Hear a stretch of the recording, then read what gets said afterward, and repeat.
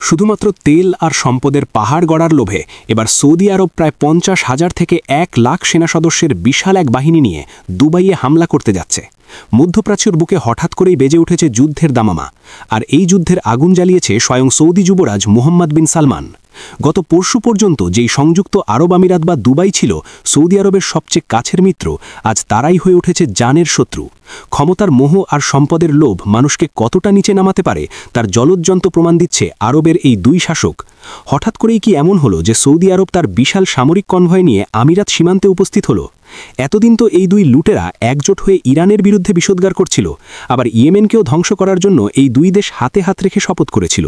কিন্তু ভাগ্যের কি নির্মম পরিহাস দেখুন, যারা অন্যের ঘর পোড়াতে গিয়েছিল আজ তাদের নিজেদের ঘরেই আগুন লেগেছে।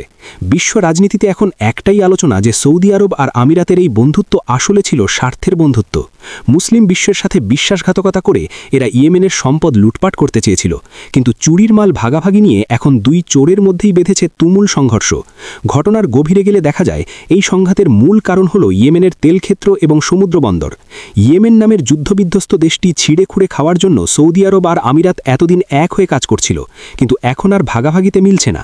আমিরাত চায় ইয়েমেনের দক্ষিণ অংশ দখল করে সেখানকার তেল আর বন্দরগুলো নিজের পকেটে পুড়তে, অন্যদিকে সৌদি আরব চায় পুরো ইয়েমেনকে নিজের পৈতৃক সম্পত্তি বানিয়ে ফেলতে। এই দুই লুটেরার টানাটানিতে ইয়েমেন আজ ধ্বংসের দ্বার প্রান্তে। তবে নাটকীয় মোড় নিয়েছে তখন যখন আমিরাত কোনো কিছুর তোয়াক্কা না করে সৌদি আরবের নিয়ন্ত্রিত এলাকাগুলোতে হামলা চালিয়ে বসেছে। সৌদি আরব এতদিন ভাবছিল তারা ইয়েমেনের একচ্ছত্র অধিপতি হবে, কিন্তু আমিরাত যে তলে তলে এত বড় ষড়যন্ত্র করছে তা রিয়াদ কল্পনাও করতে পারেনি। আমিরাত গোপনে চীনের তৈরি আধুনিক সব অস্ত্রশস্ত্র ইয়েমেনে পাঠিয়েছে। তারা সেখানে এসটিসি বা সাউদার্ন ট্রানজিশনাল কাউন্সিল নামের একটি নিজস্ব বাহিনী গড়ে তুলেছে।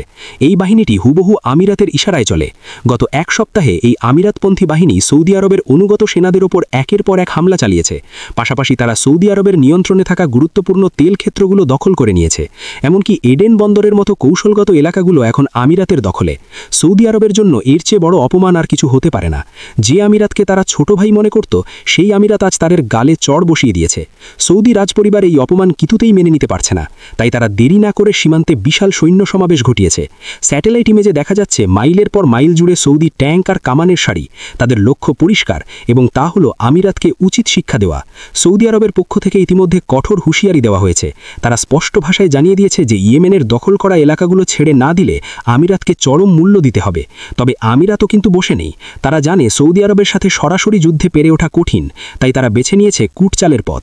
আমিরাত খুব ভালো করেই জানে যে এই অঞ্চলের রাজনীতিতে ইসরায়েল একটি বড় ফ্যাক্টর, তাই তারা গোপনে ইসরায়েলের সাথে হাত মিলিয়েছে। ইয়েমেনের দক্ষিণ অংশে আমিরাত যে নতুন রাষ্ট্র গড়ার স্বপ্ন দেখছে তার পেছনে ইসরায়েলের সরাসরি মদদ রয়েছে। ইসরায়েল চায় লোহিত সাগরে তাদের নিয়ন্ত্রণ প্রতিষ্ঠা করতে, আর এই কাজে তাদের প্রধান দালাল হলো সংযুক্ত আরব আমিরাত। সৌদি আরব এই সমীকরণটি খুব ভালো করেই বুঝতে পারছে। তারা দেখছে যে তাদের নাকের ডগাতেই আমিরাত আর ইসরায়েল মিলে নতুন এক সাম্রাজ্য গড়ার পায়তারা করছে। ইরানকে শায়েস্তা করতে গিয়ে এই দুই দেশ আজ নিজেদের অস্তিত্ব সংকটে ফেলে দিয়েছে, অথচ ইরান অত্যন্ত বিচক্ষণতার সাথে পুরো পরিস্থিতি পর্যবেক্ষণ করছে। ইরান বারবার বলেছিল যে ইয়েমেনের সমস্যা ইয়েমেনের জনগণের হাতে ছেড়ে দেওয়া হোক, সেখানে নির্বাচন হোক এবং জনগণ যাকে খুশি তাকে বেছে নিক। কিন্তু সৌদি আরব আর আমিরাত সেই পথে হাঁটেনি। তারা জানত যে নির্বাচন হলে সেখানে তাদের কোনো স্থান হবে না, কারণ ইয়েমেনের সাধারণ মানুষ হুথিদের পছন্দ করে, আর হুথিরা হলো সাচ্চা দেশপ্রেমিক যারা সৌদি আরবের গোলামি মেনে নেয়নি। তাই গণতন্ত্রের টুটি চেপে ধরে এই দুই লুটেরা চেয়েছিল গায়ের জোরে ক্ষমতা দখল করতে। এখন সেই গায়ের জোর তারা একে অপরের বিরুদ্ধে প্রয়োগ করছে। আমিরাতের লোলুপ দৃষ্টি পড়েছে ইয়েমেনের সুকুত্রা দ্বীপের ওপর, আর এই দ্বীপটি অত্যন্ত ভৌগোলিক কারণে গুরুত্বপূর্ণ। আমিরাত চায় এই দ্বীপটিকে তাদের পর্যবেক্ষণ কেন্দ্র এবং মারণাত্ম হিসেবে ব্যবহার করতে। অন্যদিকে সৌদি আরব চায় ইয়েমেনের খনিজ সম্পদ। ইয়েমেনের মাটির নিচে যে বিপুল পরিমাণ তেল আর গ্যাস রয়েছে তা লুটে নেবার জন্য সৌদি আরব মরিয়া হয়ে উঠেছে। এই দুই হায়নার কামড়াকামড়িতে মাঝখান থেকে সাধারণ মানুষের প্রাণ যাচ্ছে। তবে এবার সৌদি আরব যে পদক্ষেপ নিয়েছে তা নজিরবিহীন। তারা সরাসরি আমিরাতের মূল ভূখণ্ডে হামলা করতে প্রস্তুতি নিচ্ছে বলে সামরিক বিশ্লেষকরা ধারণা করছেন। ইতিহাস সাক্ষী আছে যে বিশ্বাসঘাতকদের পরিণতি কখনো ভালো হয় না। সৌদি আরব আর আমিরাত মুসলিম উম্মার স্বার্থ জলাঞ্জলি দিয়ে পশ্চিমাদের তোষামত করেছে। তারা ইরানের মতো একটি শক্তিশালী প্রতিবেশী দেশের সাথে শত্রুতা করেছে শুধুমাত্র নিজেদের গদি টিকিয়ে রাখার জন্য। এখন সেই পাপের প্রায়শ্চিত্ত তাদের করতে হচ্ছে। সৌদি আরবের অর্থনীতি এখন বড় ধরনের চ্যালেঞ্জের মুখে, তার উপর এই নতুন যুদ্ধ তাদের আরও বিপদে ফেলবে। কিন্তু যুবরাজ সালমানের জেদ তাকে অন্ধ করে দিয়েছে। তিনি কোনোভাবেই আমিরাতের এই ধৃষ্টতা মেনে নেবেন না। অন্যদিকে আমিরাতের শাসক মোহাম্মদ বিন জায়েদও কম যান না, তিনিও তার অবস্থানে অনড়। এই যুদ্ধের আবহে ইয়েমেনের পরিস্থিতি আরও জটিল আকার ধারণ করেছে। এতদিন ইয়েমেন ছিল দুই ভাগে বিভক্ত। উত্তর ইয়েমেন শাসন করত হুথিরা, আর দক্ষিণ ইয়েমেন ছিল সৌদি পুতুল সরকারের অধীনে। এখন দক্ষিণ ইয়েমেনেও শুরু হয়েছে গৃহযুদ্ধ। সৌদি সমর্থিত বাহিনী আর আমিরাত সমর্থিত বাহিনীর মধ্যে প্রতিদিন রক্তক্ষয়ী সংঘর্ষ হচ্ছে। আমিরাতের আধুনিক অস্ত্রের সামনে সৌদি বাহিনী খুব একটা সুবিধা করতে পারছে না। বিশেষ করে চীনের তৈরি আর্টিলারি এবং ড্রোন ব্যবহার করে আমিরাত যুদ্ধের মোড় ঘুরিয়ে দিয়েছে। সৌদি আরবের তেল স্থাপনাগুলো এখন আমিরাতের হামলার রেঞ্জের মধ্যে চলে এসেছে। এই পুরো ঘটনায় সবচেয়ে লাভবান হচ্ছে ইসরায়েল এবং পশ্চিম বিশ্ব।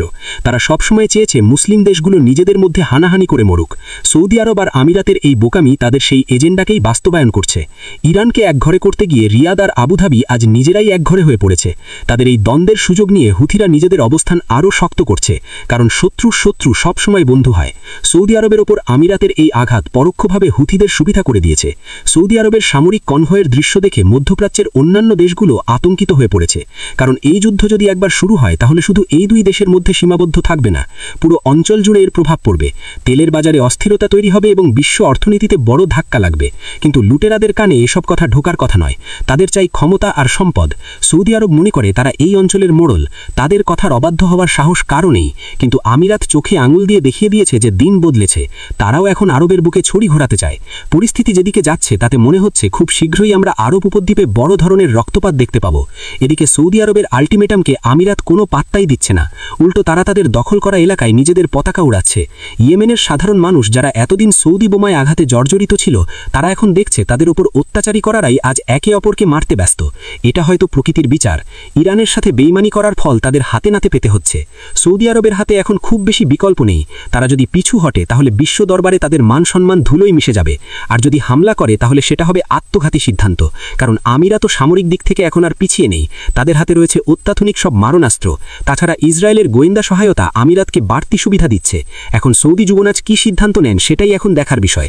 তবে একটা বিষয় নিশ্চিত যে তেল আর সম্পদের লোভ এই দুই দেশকে ধ্বংসের পথে নিয়ে যাচ্ছে। তারা ভুলে গেছে যে ইয়েমেন কোনো ভোগ্যপণ্য নয়, এটি একটি স্বাধীন দেশ এবং এর জনগণের আত্মমর্যাদা রয়েছে। নিচু মানসিকতা নিয়ে কোনো দেশ বেশি দিন টিকে থাকতে পারে না। সৌদি আরব আর আমিরাত আজ সেই সত্যের মুখোমুখি দাঁড়িয়েছে। তাদের এই সংঘাত প্রমাণ করে যে স্বার্থের বন্ধুত্ব বেশি দিন টেকে না, কারণ স্বার্থের দ্বন্দ্বে তাদের মুখোশ খুলে পড়েছে এবং বিশ্ববাসী তাদের আসল চেহারা দেখতে পাচ্ছে। সৌদি সেনাবাহিনী সীমান্তে যে মহড়া শুরু করেছে তা রীতিমতো যুদ্ধ ঘোষণার শামিল। তারা ভারী কামান এবং মিসাইল সিস্টেম মোতায়েন করেছে, যে কোনো মুহূর্তে তারা সীমান্ত অতিক্রম করতে পারে। ওদিকে আমিরাতও তাদের বিমান বাহিনীকে সর্বোচ্চ সতর্ক অবস্থায় রেখেছে। দুই দেশের মিডিয়াতেও চলেছে কথার লড়াই। একে অপরকে বিশ্বাসঘাতক এবং মুনাফিক বলে গালি দিচ্ছে, অথচ কিছুদিন আগেও এরা একে অপরের গলায় গলা মিলিয়ে ছবি তুলত। আর এই রাজনীতির খেলাটাই বোঝা দেয়। তবে সাধারণ মানুষ বুঝতে পারছে যে এসবই ক্ষমতার নোংরা খেলা। শেষ পর্যন্ত এই নাটকের দৌড় কোথায় গিয়ে থামে তা সময় বলে দেবে। তবে লুটেরাদের এই লড়াইয়ে ইয়েমেনের সম্পদ যে হরিলুট হচ্ছে তা বলাই বাহুল্য। সৌদি আরব আর আমিরাত কেউ ইয়েমেনের ভালো চায় না। তারা চায় ইয়েমেনকে দুর্বল করে রাখতে, যাতে তারা আজীবন সেখান থেকে ফায়দা লুটতে পারে। কিন্তু তাদের এই হিসেব নিকেশে এখন বড় গন্ডগোল দেখা দিয়েছে। চোরের ওপর বাটপাড়ি বলে একটা কথা আছে। আমিরাত এখন সৌদি আরবের সাথে ঠিক সেই বাটপাড়িটাই করছে, আর সৌদি আরব তাই রাগে ফুঁসছে। এই রাগের আগুনে পুড়ে ছাই হতে পারে মধ্যপ্রাচ্যের শান্তি আর স্থিতিশীলতা।